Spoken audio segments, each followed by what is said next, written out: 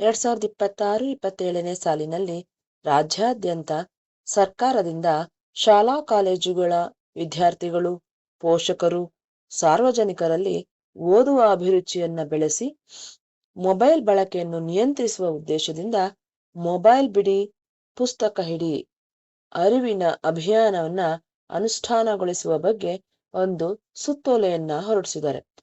ಈ ಸುತ್ತೋಲೆಯಲ್ಲಿ ಯಾವ ಯಾವ ಕ್ರಮಗಳನ್ನ ಹೇಳಿದ್ದಾರೆ ಮತ್ತೆ ಅದನ್ನ ಹೇಗೆ ಅನುಷ್ಠಾನಗೊಳಿಸುವುದು ಎಂಬುದನ್ನ ಈ ಒಂದು ವಿಡಿಯೋದಲ್ಲಿ ನೋಡೋಣ. ಬಿಡಿ ಪುಸ್ತಕ ಹಿಡಿ ಅರಿವಿನ ಅಭಿಯಾನದ ಅನುಷ್ಠಾನ ಕೈಪಿಡಿ. ಈ ಅಭಿಯಾನದ ಮೂಲ ಉದ್ದೇಶ ಮತ್ತು ದೂರದೃಷ್ಟಿ ಮಕ್ಕಳಲ್ಲಿ ಮೊಬೈಲ್ ಬಳಕೆಯ ವ್ಯಸನವನ್ನು ನಿಯಂತ್ರಿಸಿ ಅವರ ಉಜ್ವಲ ಭವಿಷ್ಯಕ್ಕಾಗಿ ಪುಸ್ತಕ ಓದುವ ಹವ್ಯಾಸವನ್ನು ಬೆಳೆಸುವುದು, ಓದುವ ಆಸಕ್ತಿ ಹೆಚ್ಚಿಸುವುದು, ಮೊಬೈಲ್ ವ್ಯಸನದ ಮುಕ್ತಿ. ಪ್ರಾರಂಭೋತ್ಸವದ ಜಂಟಿ ಪ್ರಚಾರ, ಶಾಲಾ ಹಂತದ ಪ್ರಮುಖ ಅನುಷ್ಠಾನಗಳು. ಮೊದಲನೇದಾಗಿ ಎಸ್ಡಿಎಂಸಿ ಮತ್ತು ಪೋಷಕರ ಸಭೆ. ಶಾಲಾ ಹಂತದಲ್ಲಿ ಪೋಷಕರ ವಿಶೇಷ ಸಭೆ ಕರೆದು ಮನೆಯಲ್ಲಿ ಮಕ್ಕಳ ಮೊಬೈಲ್ ಸ್ಕ್ರೀನ್ ಸಮಯವನ್ನ ಕಡಿತಗೊಳಿಸಲು ಸೂಕ್ತ ಜಾಗೃತಿ ಮತ್ತು ಮಾರ್ಗಸೂಚಿಗಳನ್ನು ನೀಡುವುದು. ನೆಕ್ಸ್ಟ್, ನಿಯಮಿತ ಓದುವ ಅವಧಿ. ಶಾಲಾ ವೇಳಾಪಟ್ಟಿಯಲ್ಲಿ ವಿದ್ಯಾರ್ಥಿಗಳಿಗಾಗಿ ಪ್ರತ್ಯೇಕ ಓದುವ ಕಾರ್ಯಕ್ರಮಗಳನ್ನು ನಿಗದಿಪಡಿಸುವುದು. ಸ್ವತಂತ್ರ ಮತ್ತು ಕುತೂಹಲಕಾರಿ ಓದುವಿಕೆಯನ್ನು ಆಚರಣೆಗೆ ತರುವುದು.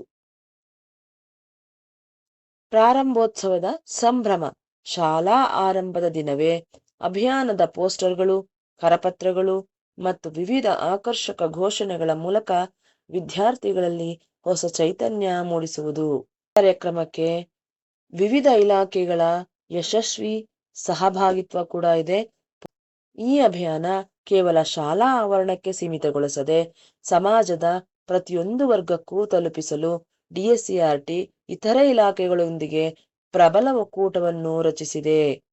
ಮಹಿಳಾ ಮತ್ತು ಕಲ್ಯಾಣ ಇಲಾಖೆ ಸಣ್ಣ ವಯಸ್ಸಿನ ಮಕ್ಕಳಿಗೆ ಡಿಜಿಟಲ್ ಆಟಿಕೆ ನೀಡುವುದನ್ನು ತಪ್ಪಿಸಲು ತಾಯಂದಿರಿಗೆ ತಿಳುವಳಿಕೆ ನೀಡುವುದು. ಗ್ರಾಮ ಪಂಚಾಯತ್ ಮತ್ತು ಸಾರ್ವಜನಿಕ ಸಂಸ್ಥೆ ಪ್ರತಿ ಹಳ್ಳಿಯಲ್ಲೂ ಸಾರ್ವಜನಿಕ ಪ್ರಚಾರ ಮತ್ತು ಮನೆ ಮನೆಗಳ ಅರಿವಿನ ಸಭೆಗಳನ್ನು ನಡೆಸುವುದು. ಗ್ರಂಥಾಲಯ ಮತ್ತು ಪೊಲೀಸ್ ಇಲಾಖೆ ಸಾರ್ವಜನಿಕ ಗ್ರಂಥಾಲಯಗಳ ಬಳಕೆ ಹೆಚ್ಚಿಸುವುದು ಹಾಗೂ ಸೈಬರ್ ಅಪರಾಧ ಮತ್ತು ಮೊಬೈಲ್ ಚಟದ ತಡೆಗಟ್ಟುವಿಕೆ ಕುರಿತು ಅರಿವು ಮೂಡಿಸುವುದು. ಈ ಕಾರ್ಯಕ್ರಮದ ಮೇಲ್ವಿಚಾರಣೆ ಮತ್ತು ಜವಾಬ್ದಾರಿಗಳು. 100% ಗುರಿ ಸಾಧನೆ ಮಾಡಬೇಕಾದ್ರೆ ಜಿಲ್ಲಾ, ತಾಲೂಕು, ರಾಜ್ಯ ಹಂತದ ಅಧಿಕಾರಿಗಳ ಜವಾಬ್ದಾರಿಯನ್ನು ಕೂಡ ಹಂಚಿಕೆ ಮಾಡಿದ್ದಾರೆ. ಇದಕ್ಕಾಗಿ ನೋಡಲ್ ಅಧಿಕಾರಿಗಳನ್ನು ನೇಮಕ ಮಾಡಿರ್ತಾರೆ. ವಾರ್ಷಿಕ ಕ್ರಿಯಾ ಯೋಜನೆ. ಸರ್ಕು ಹಂತದಲ್ಲಿ ಶಾಲೆ, ಕ್ಲಸ್ಟರ್ ಇದರಲ್ಲಿ ಅಭಿಯಾನ ಸಮರ್ಪಕವಾಗಿ ಜಾರಿಯಾಗುತ್ತಿರುವುದನ್ನ ನಿಯಮಿತವಾಗಿ ಪರಿಶೀಲನೆ ಮಾಡಬೇಕು. ಇದಕ್ಕೆ ಸಂಬಂಧಿಸಿದಂತೆ 2 ನಮೂನೆಗಳಿದೆ. ನಮೂನೆ 1 ಮತ್ತು ನಮೂನೆ 2.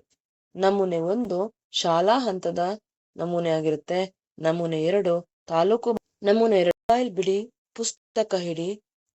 ಈ ಯೋಜನೆಯನ್ನ, ಈ ಅರಿವಿನ ಅಭಿಯಾನವನ್ನ ವ್ಯವಸ್ಥಿತವಾಗಿ ಅನುಷ್ಠಾನಗೊಳಿಸಲು ಒಂದು ಕ್ರಿಯಾ ಯೋಜನೆಯನ್ನ ಸಿದ್ಧಗೊಳಿಸಿದರೆ ಮೊಬೈಲ್ ಬಿಡಿ ಪುಸ್ತಕ ಹಿಡಿ ವಾರ್ಷಿಕ ಕ್ರಿಯಾ ಯೋಜನೆ 2026-27 ಜೂನ್ ತಿಂಗಳಿನಲ್ಲಿ ಯೋಜನೆಯ ಉದ್ಘಾಟನೆ. ಶಾಲಾ ಪ್ರಾರಂಭೋತ್ಸವ ಸಂದರ್ಭದಲ್ಲಿಯೇ ಅಧಿಕೃತ ಚಾಲನೆ. ಪ್ರಾರ್ಥನಾ ವೇಳೆಯಲ್ಲಿ ಪ್ರತಿದಿನ 20-30 ನಿಮಿಷ ಪುಸ್ತಕ ಓದುವ ಪ್ರತಿಜ್ಞಾವಿಧಿ ಸ್ವೀಕಾರ. ಮುಲಸಜ್ಜು. ಶಾಲಾ ಗ್ರಂಥಾಲಯಗಳ ಪುನಶ್ಚೇತನ, ಆಕರ್ಷಕ ಕಥೆಗಳು, ಜ್ಞಾನ, ವಿಜ್ಞಾನ, ಮಹಾಪುರುಷರ ಜೀವನ ಚರಿತ್ರೆ ಪುಸ್ತಕಗಳು ಇವುಗಳ ಪ್ರದರ್ಶನ.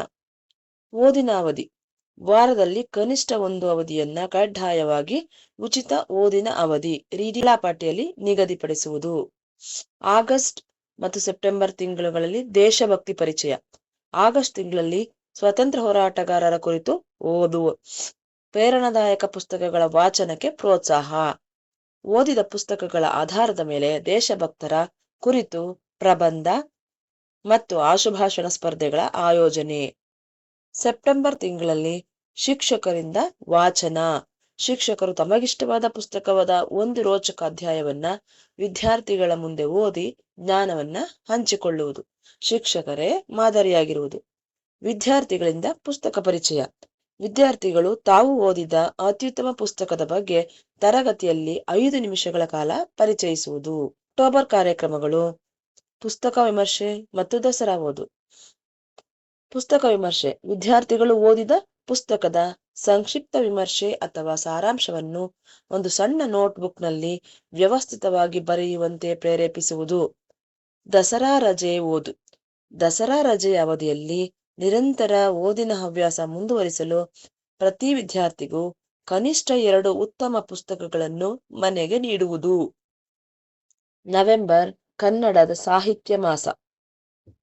ಕನ್ನಡ ರಾಜ್ಯೋತ್ಸವದ ಸಂಭ್ರಮ. ಕನ್ನಡದ ಪ್ರಮುಖ ಕವಿಗಳು, ಸಾಹಿತಿಗಳು ಹಾಗೂ ಜ್ಞಾನಪೀಠ ಪ್ರಶಸ್ತಿ ಪುರಸ್ಕೃತರ ಜೀವನಾಧಾರಿತ ಕಥೆಗಳು ಮತ್ತು ನಾಡಿನ ಪ್ರಸಿದ್ಧ ಕಾದಂಬರಿಗಳನ್ನು ಓದಲು ವಿಶೇಷ ಆದ್ಯತೆ. ಡಿಸೆಂಬರ್ನಲ್ಲಿ ಪುಸ್ತಕ ಪ್ರದರ್ಶನ ಮತ್ತು ದಾನ.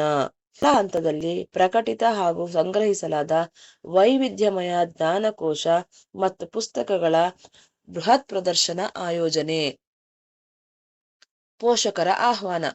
ಪ್ರದರ್ಶನಕ್ಕೆ ಸುತ್ತಮುತ್ತಲ ಸಾರ್ವಜನಿಕರು ಹಾಗೂ ಪೋಷಕರನ್ನು ಆಹ್ವಾನಿಸಿ ಪುಸ್ತಕಗಳ ಮಹತ್ವ ತಿಳಿಸುವುದು ಮತ್ತು ಜಾಗೃತಿ ಮೂಡಿಸುವುದು.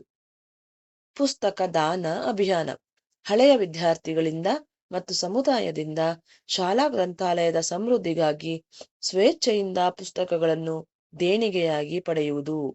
ಜನವರಿ ಹೊಸ ವರ್ಷದ ಸಂಕಲ್ಪ ಮತ್ತು ಕ್ವಿಜ್. 100% ಮೊಬೈಲ್ ಮುಕ್ತ ದಿನ. ಜ್ಞಾನದ ರಸಪ್ರಶ್ನೆ. ವರ್ಷಾದ್ಯಂತ ಗ್ರಂಥಾಲಯದ ಪುಸ್ತಕಗಳನ್ನು ಸಕ್ರಿಯವಾಗಿ ಓದಿದ ವಿದ್ಯಾರ್ಥಿಗಳಿಗೆ ಸಾಮಾನ್ಯ ಜ್ಞಾನ ಮತ್ತು ಸಾಹಿತ್ಯದ ಕುರಿತು ವಿಶೇಷ ಕ್ವಿಜ್ ಆಯೋಜನೆ. Digital free day. ವಾರಾಂತ್ಯದಲ್ಲಿ ಸಂಪೂರ್ಣ ದಿನ ಮೊಬೈಲ್ ಬಳಸದೆ ಕಳೆದ ವಿದ್ಯಾರ್ಥಿಗಳನ್ನು ಗುರುತಿಸಿ ವಿಶೇಷವಾಗಿ ಶ್ಲಾಘಿಸುವುದು. ಫೆಬ್ರವರಿ ವಿಜ್ಞಾನ ದಿನದ ಓದು. ರಾಷ್ಟ್ರೀಯ ವಿಜ್ಞಾನ ದಿನಾಚರಣೆಯ ಪ್ರಯುಕ್ತ ಶ್ರೇಷ್ಠ ವಿಜ್ಞಾನಿಗಳು, ಭಾರತೀಯ ಸಂಶೋಧನೆಗಳು ಮತ್ತು ಸುಸ್ಥಿರ ಪರಿಸರ ಕಾಳಜಿಗೆ ಸಂಬಂಧಿಸಿದ ವೈಜ್ಞಾನಿಕ ಪುಸ್ತಕಗಳ ಓದಿಗೆ ಉತ್ತೇಜನ ನೀಡುವುದು. ಸ್ಪರ್ಧೆ. ವಿಜ್ಞಾನ ತತ್ವಗಳ ಆಧಾರಿತ ಕಥೆ ಹೇಳುವ ಸ್ಪರ್ಧೆ ಆಯೋಜಿಸುವುದು. ವೈಜ್ಞಾನಿಕ ಕಲ್ಪಿತ ಕಥೆಗಳ ಓದು. ರೋಚಕ ವೈಜ್ಞಾನಿಕ ಕಲ್ಪಿತ ಕಥೆಗಳನ್ನ ವಿದ್ಯಾರ್ಥಿಗಳ ಕೈಗೆ ತಲುಪಿಸಿ ಓದಲು ಪ್ರೇರೇಪಿಸುವುದು. ಮೌಲ್ಯಮಾಪನ ಮತ್ತು ಪುರಸ್ಕಾರ. ಅತ್ಯುತ್ತಮ ಓದುಗ ಪ್ರಶಸ್ತಿ. ವರ್ಷವಿಡೀ ಗ್ರಂಥಾಲಯದ ಸದುಪಯೋಗ ಪಡೆದು ಅತಿ ಹೆಚ್ಚು ಪುಸ್ತಕಗಳನ್ನು ಓದಿ ಸ್ವಚ್ಛವಾಗಿ ಸಾರಾಂಶ ಬರೆದ ಪ್ರತಿ ತರಗತಿಯ 2 ಅತ್ಯುತ್ತಮ ವಿದ್ಯಾರ್ಥಿಗಳನ್ನ ಗುರುತಿಸುವುದು.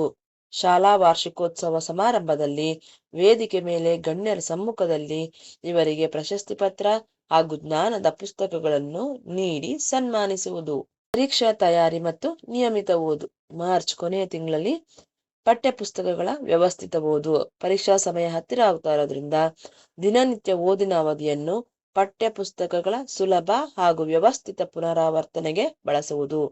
ಮೊಬೈಲ್ನಿಂದ ಸಂಪೂರ್ಣ ದೂರ ಇರುವಂತೆ ಪೋಷಕರಿಗೂ ಮಕ್ಕಳನ್ನು ಗಮನಿಸಲು ಮಾರ್ಗದರ್ಶನ ನೀಡುವುದು. ಒತ್ತಡ ಮುಕ್ತ ಓದಿನ ಸಮಯ.